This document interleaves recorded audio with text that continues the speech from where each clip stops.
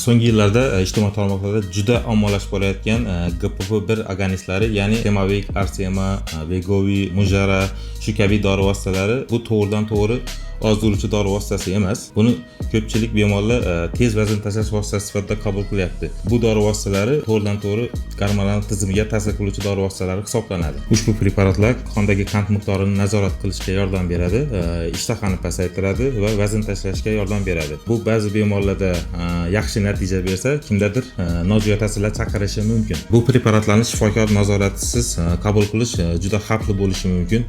Masalan, kuchli ko'ngil aynish holatlari, kusish holatlari, oshqozon ichak muammolari, o't pufagi bilan bog'liq bo'lgan muammolar, qondagi qand miqdorining keskin tushib ketishi, noto'g'ri dozalash asosida turli xil asoratlar rivojlanishi mumkin. Shuning uchun bu guruh preparatlarni shifokor ko'rigidan keyin analizlar asosida, individual dozalash asosida va albatta endokrinolog nazorati ostida qabul qilish kerak. Bizning Asia Shine klinikamizda ozmoqchi bo'lgan bemorlar uchun check-up joriy qilingan.